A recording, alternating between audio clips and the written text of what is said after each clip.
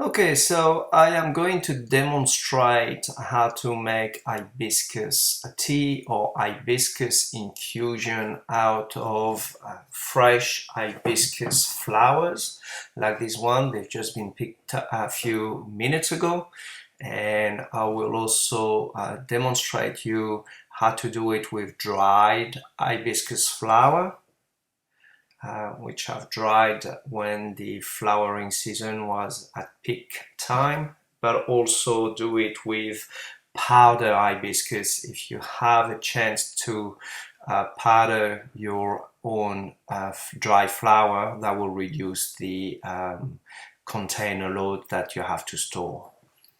So let's start with the fresh flowers.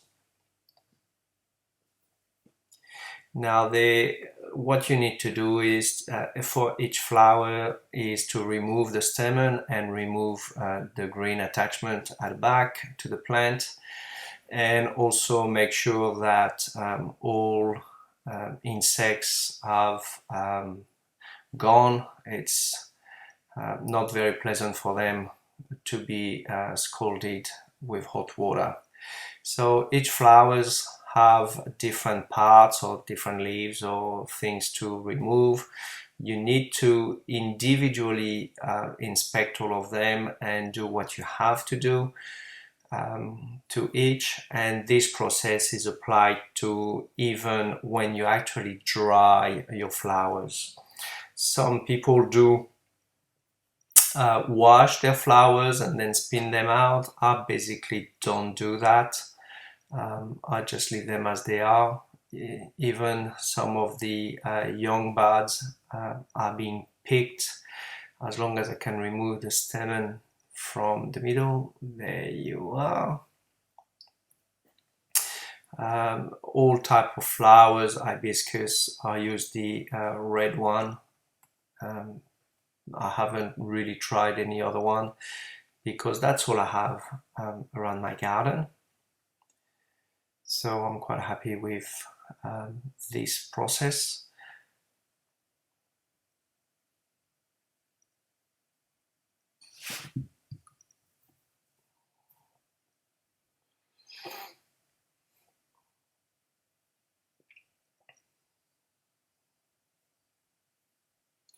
Now always give time again to anything inside the flowers to time to escape. And I also pick sometimes the buds which have fallen and haven't had time to fully flower on the bush, like this one. And I just make sure I check there's nothing inside and remove what I need to remove, like so. There we are. You're gonna need some lemons to get the magic happening, half a lemon juice or lime, and then I use a little bit of raw sugar which has some vanilla fruit to flavor the tea. Okay, so the hot water, okay, so I can see one and somewhere, so let's give it a chance to escape before the flooding. No, there it is. Okay, done. Now the hot water has just finished boiling, so I'm gonna pour it over the flowers. So as you start pouring the water over the flowers start to discolor themselves and turn white yellowish when the watercolor start to turn into a deep purple color. Now usually with this amount of flowers I can make about 3 liters of the tea, but in that case I probably in that bowl I probably will make 2 liters. So now the goal is stir them and let the flowers for about 10-15 minutes in it. At that stage I like to add couple of spoons of raw sugar. You can put honey, cinnamon, vanilla, whatever flavor you want, or you can even leave it straight. It's okay. It's just going to be to make it to taste, so you can experiment to find out what you like.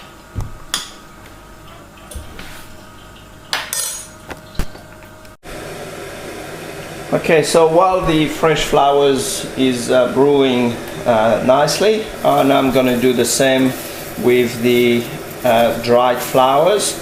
Here I've got probably more than the equivalent of the dried flowers I have. The more flour you put, the deeper, the darker the red and the pink will be.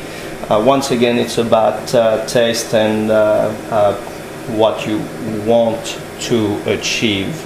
So I've got the hot water boiling again, and when it's ready I'm going to do exactly the same thing. I'm just going to pour the hot water on them, and I will let these flowers make the tea or the infusion slowly for about 15 minutes too.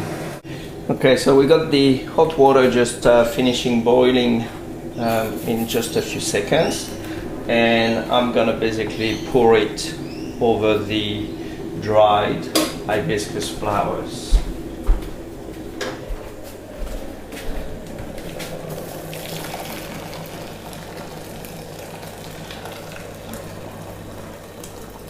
Now again, the flowers will discolor and the water will start to get deep purple. Exactly the same as the fresh flowers. Here again, I've done over 1.7 liter, and we're gonna basically be stirring and leaving them for about 10-15 minutes. As you can see, the same process with the flowers is happening for the dry one, then for the fresh one. Now we're going to move on to the powdered flowers tea, and that's really exciting here. Okay, so we got the fresh flowers and the dry flowers which are brewing. Actually, I did forget to put the little bit of sugar in the dry flower mix, so let's do that now.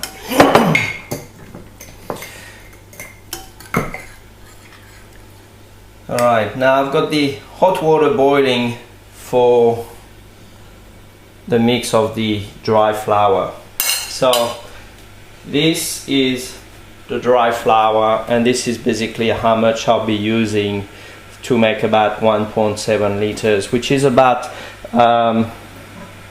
2 grams here. Now I have experimented with these things and tea makers, and I have found that it's really messy and doesn't really work very well. So the only way so far I'm satisfied in getting a good result is right there, like that. Okay, so I just put the dry flour powder in the bowl. Now, as the water is just about to finish boiling, I'm going to show you that you can actually even put the sugar or the flavors, whatever you want, cinnamon, vanilla, before you pour the water, and you will obtain exactly the same results for the taste. Now I've run out of clear bowl, so I'm going to use this one. I usually use this bowl to make my infusion every day. So this is one which is ready from yesterday that I'm be using today.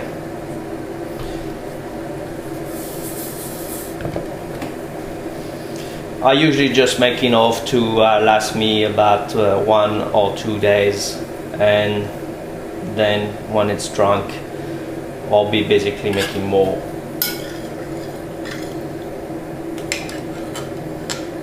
Now from time to time I just stir the flowers,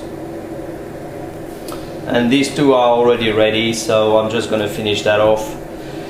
and take you to the next process. Now, if you're lucky to find hibiscus flower powder, that's a good thing. That would be really expensive. I personally make it myself. So in summer, when I've got excess flowers, I dry them, and to keep the storage room easier for me, I basically powder it. I will need about 4 of these containers to make about half of that. So here I've got about 6 or 7 of these containers just holding in there. I got about 500 grams of powder here. So the water is just about to finish off boiling. We're gonna hear the go ahead tick, and we're just gonna pour it onto our powder. Okay.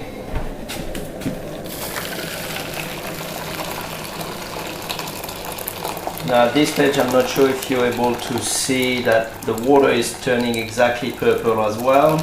Here I've got the same quantity, 1.7 liter.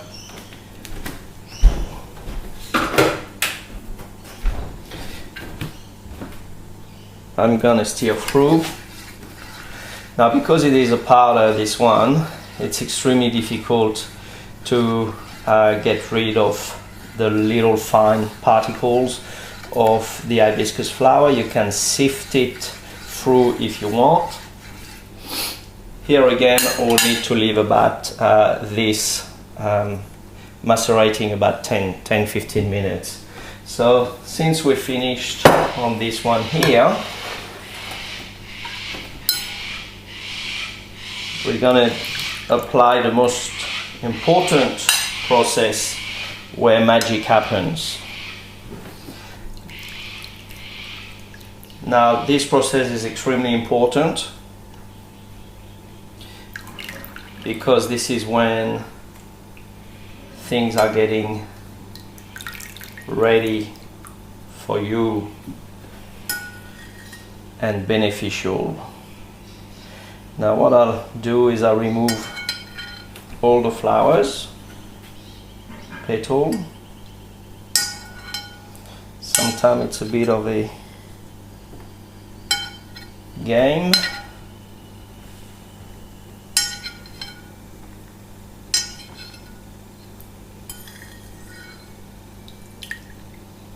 Now with the fresh flowers, there's a couple of things you can do before. You can wash them if you want and rinse them with water. I personally never done it.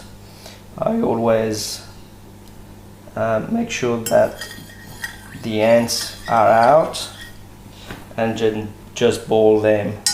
Right at the bottom you will have a little bit of deposit which you will not drink, you'll just throw away.